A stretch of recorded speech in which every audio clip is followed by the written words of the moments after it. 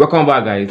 Today we are reacting to another video by Mr. Jerry Rigs Everything. Today he's tearing down the iPhone 16 Pro Max. Last week he took the iPhone 16 Pro Max on a durability test and iPhone 16 Pro Max passed the durability test. And today he's tearing it down. Let's see what is going to come out. Like, this guy is literally crazy. Let's see what is going to come out of this teardown. You know what time it is, right? Don't forget to like this video. Don't forget to follow me for more. And yeah, let's go. So guys, before I start playing the video, please, if you have not subscribed to my YouTube channel, kindly click the subscribe button. Kindly click the subscribe button right now and turn on the bell notification so that you'll be the first to get notified anytime I drop a new video. And you guys, without further ado, let's see what it's going to do this time around. To start off this teardown, I would like to apologize to Apple. Apple just published full, complete, extremely detailed repair guides for all of their recent smartphones dating back to the iPhone 12. And due to this extremely generous and selfless move, I would like to retract every mean thing I've ever said about iPhones. This could just be, of course, Apple's attempt to put me out of a job, but since this move benefits all of humanity and helps keep the 200 million iPhones sold every year alive for longer, I'm all for it, and it actually makes my job easier. On behalf of civilization. Wait, Apple just released a full video, like dating back to iPhone 12 repair. Oh, that's good. I think other smartphone brands should also emulate this, that you can repair your phone by yourself, just get the materials and repair by yourself, because cost of repair right now is quite expensive, and it's going to make it easier. So if you want to repair your phone in the market, you can easily know this is what they are meant to do. This is what they're not meant to study. You will not be cheated. That's nice. As a whole, thank you, Apple. Rumor on the street is they've also encased their battery in metal this year, so we're gonna have to pop one open and take a peek for ourselves, even though the repair guide is already. Hey guys, something comes to my mind now. If you watch to this part, please just type in the comment section, thank you Apple for that. They have helped relieve a lot of persons that own their iPhones. They have helped them relieve a lot of stress if they know how to use it. But that's a very good gesture. Tell them thank you in the comment section for me. Tell Apple thank you in the comment section. Let's continue. Already online. Unfortunately, though, this larger 16 Pro Max does not have that metal encased battery, which is a bummer. It does have a sweet 25-watt coil of 100% recycled copper wireless windings, still attached to the back glass, which are fun to look at, but not near as cool as a metal battery. So I guess now we gotta go buy a regular-sized iPhone 16 Pro with my Chime debit card. Huge thanks to my friends over at Chime for temporarily spotting me the funds for this purchase. See, with an activated Chime debit card and direct deposit set up to your Chime checking account, Chime will spot you up to $200 if you ever accidentally exceed your account balance. And Chime does not charge any fees or interest for using this Spot Me feature. The next direct deposit just gets applied to the negative balance and everyone's square. Chime has spotted its members over $30 billion to date, so you're not alone. There's a reason that Chime is an award-winning banking app, and a lot of that has to do with having no hidden fees or monthly minimums. It's the banking of the future that's 100% mobile and online, while still giving you access to over 50,000 fee-free ATMs. You can make your fall finances a little greener by working towards your financial goals with Chime, and open your account in just 2 minutes at chime.com/jerryrig. That's chime.com/jerryrig. Feels like progress. Obviously, buying a new iPhone 16 Pro just to open it up and see the metal battery isn't super financially intelligent, so I'll be giving this one away to one random subscriber down in the comments once we've had a peek inside. And I'm not gonna lie, it is super weird seeing the steel encapsulated battery just chilling inside an iPhone like this. In my decade of taking apart iPhones, Apple has never done this before. Now, there's a bit of speculation as to why Apple might have done this. One, for thermals, which I don't totally agree with, since at least in this Pro model, the battery is still suspended on rubberized adhesive strips, surrounded by air, so that heat still isn't dissipating anyway. Wait. Did this guy just go to the market to go and buy another iPhone 16 just to see how the battery inside looks? I don't even say this guy. I told you guys this guy is crazy.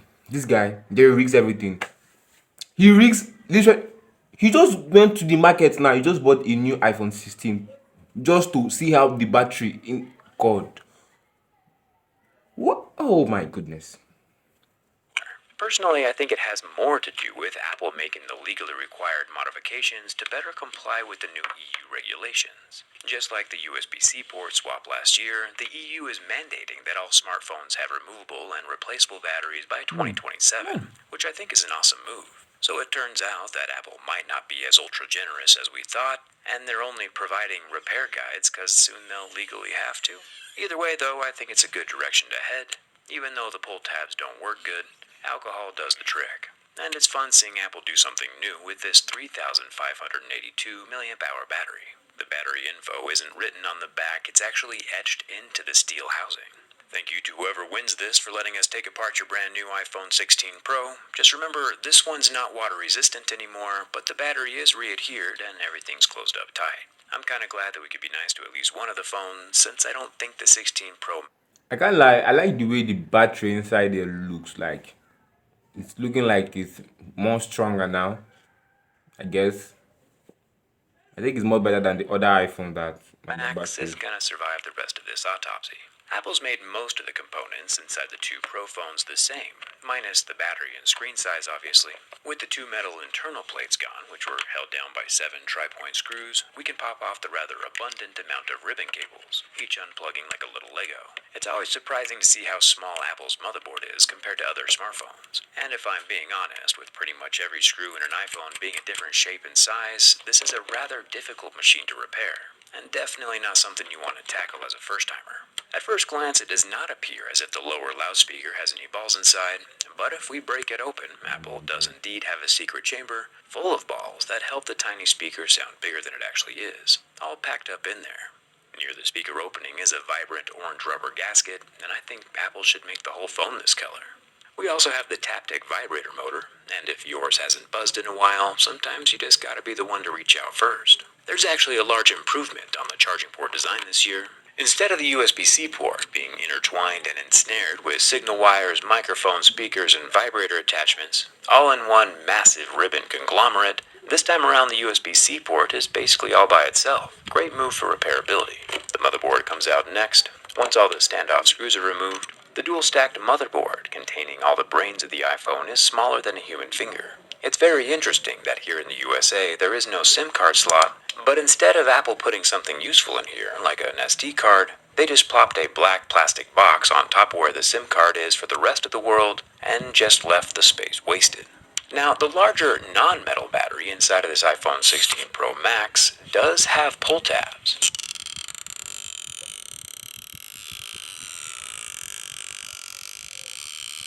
which are extremely pleasant and mostly work.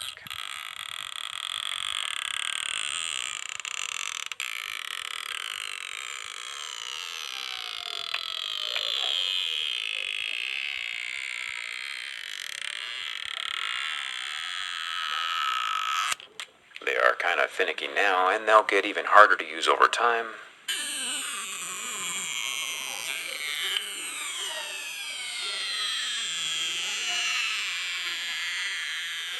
But they're better than nothing, to be sure. No complaints here. The L-shaped battery is 4,685 milliamp hours, and Apple. I think looking at this iPhone 16 Pro Max, the only changes I can see are just physical, and it's just the battery. Yes, it's obviously just the battery, because this is not the way normal other iPhones batteries are being built. Like, this is not the way iPhone 15 Pro Max battery is being built. Like, it's just the battery I'm seeing the only difference. And that is, this is like a new. I've not seen it before. It's just new to me. That's the only thing I think I'm finding new. I'm seeing new on this phone. Apart from me, there's no, I don't think there's any other thing again I'm going to see new on this. I don't think there's any other thing I'm going to see new on it. But man, but yeah, guys, if you've watched to this point, please and please and please and please and please and please and please subscribe to this YouTube channel. Subscribe, and don't forget to type in the comment section, "Thank you, Apple." Thank you, Apple. Don't forget to subscribe and comment "Thank you, Apple" in the comment section. Says this battery is made with 95% recycled lithium. People wrongly assume that lithium batteries can't be recycled, but they most definitely can. And this is probably the last time we're going to see a non-metal encased battery in an iPhone. When it comes to build materials, Apple says the exterior of the 16 Pro Max is titanium, attached to a milled inner structure made with 100% recycled aluminum. There's a graphite thermal layer that helps move heat from the motherboard to that aluminum midframe, and this new thermal layout helps improve sustained performance of the hardware by 20%. The triple camera setup is all bound together in a singular metal housing, so the cameras can seamlessly switch between one another. The large 48 megapixel camera does not have any external OIS, nor does the 48 megapixel wide angle camera, and that 12 megapixel 5x optical zoom telephoto camera also does not have any external optical image stabilization. Apple is again using internal hardware stabilization with a second generation sensor shift style design. If we yoink that metal housing apart, we can see the main camera image sensor with its copper coils on each corner, which balance over the permanent magnets to stabilize the image. The ultra-wide-angle camera does not have any internal stabilization either, but the I don't know 5x why I am feeling Jesus. This guy he's ripping off a phone that is worth $1,300. Guy, if you're in Nigeria, you know why I am like this. This guy is ripping a phone beyond repair. Like this phone that is being smashed, that is being ripped off like this, cannot be repaired again. This beyond that, he's doing experiments, but this guy spent, oh god. I appreciate the fact that we are seeing what is inside the iPhone, but the fact that the price alone rings in mind. I'm like, I'm watching this guy break a phone or tear down a phone worth millions of naira, millions of dollars, or $1,000,000. It doesn't even come to a million. It's not close to $1,000,000, sorry, but millions of naira because I'm in Nigeria. Oh my god. Photo also has that same style of sensor shift, albeit much smaller. You'll also notice that the sensor of the telephoto is not positioned directly behind the camera lens. Apple stuck in a glass tetra.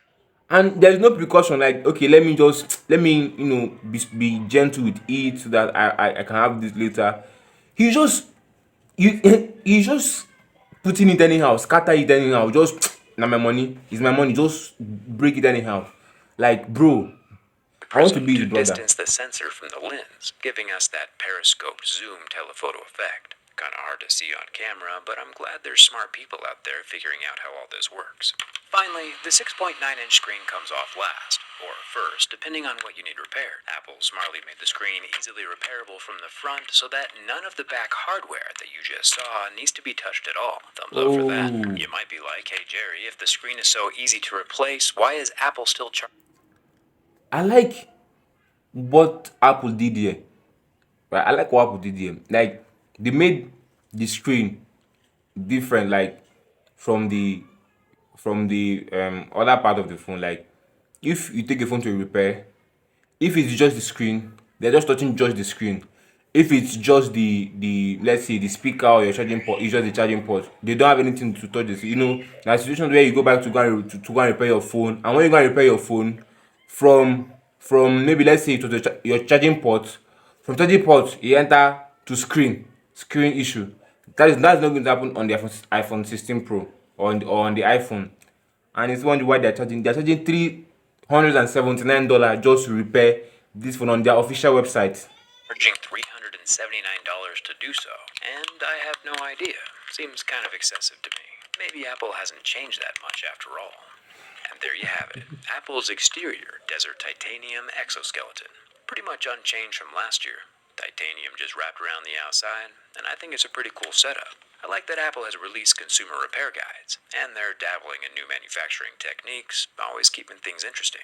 Make sure you're subscribed for the iPhone content coming up, and thanks a ton for watching. I'll see you around.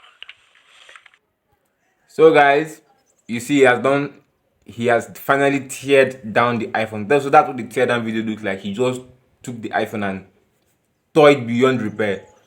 Except for the screen, there's nothing I think that is useful in this iPhone 16 Pro Max. And if you watch to this point, guys, don't forget to subscribe to this YouTube channel. If you're not subscribed yet, please subscribe to this YouTube channel. Turn on the bell notification so that you can get the notification anytime I drop a new video. And don't forget also to drop a comment in the comment section. You can drop anything, but don't forget to tell Apple thank you in the comment section. Help me tell them thank you in the comment section. I don't know why, but just tell them thank you in the comment section. Yes. I'll see you guys in the next video. Peace.